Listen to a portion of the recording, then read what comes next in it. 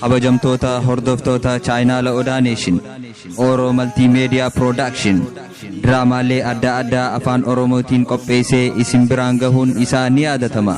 Maal kana qofa nashiidaalee garaagaraa akkasuma goofata viidiyoo koomedii isin biraan gahuudhaaf alduree isaa xumuree gara hojiitti seenee jira. Isin hawaasni Oromoo wanni isinirraa eegamu ijoollee aartii Oromoo guddisuudhaaf halkanii guyyaa laffa'aa jiran deeggaruun akkasuma hamilee isaanii jajjabeessuun cinaa dhaabbadha.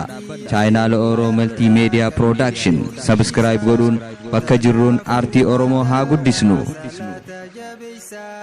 Kabajamtoota Hordaftoota Channel Odaanation Oro Multimedia Production Draamaalee adda addaa afaan Oromootiin qopheessee isin biraan gahuun isaa ni yaadatama.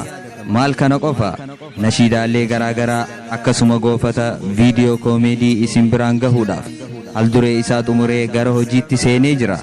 Isin hawaasni Oromoo wanni isinirraa eegamu ijoollee aartii Oromoo guddisuudhaaf halkanii guyyaa laffa'aa jiran deeggaruun akkasuma hamilee isaanii jajjabeessuun cinaa dhaabbadha. Channel Oro Multimedia Production subscribe godhuun bakka jirruun aartii Oromoo haa guddisnu. Salatun Rabbi sidi heisa danga shaytanarra halan sifagaysa badile hundarra qalbi tetistisa tanafu hadara salata jabaysa.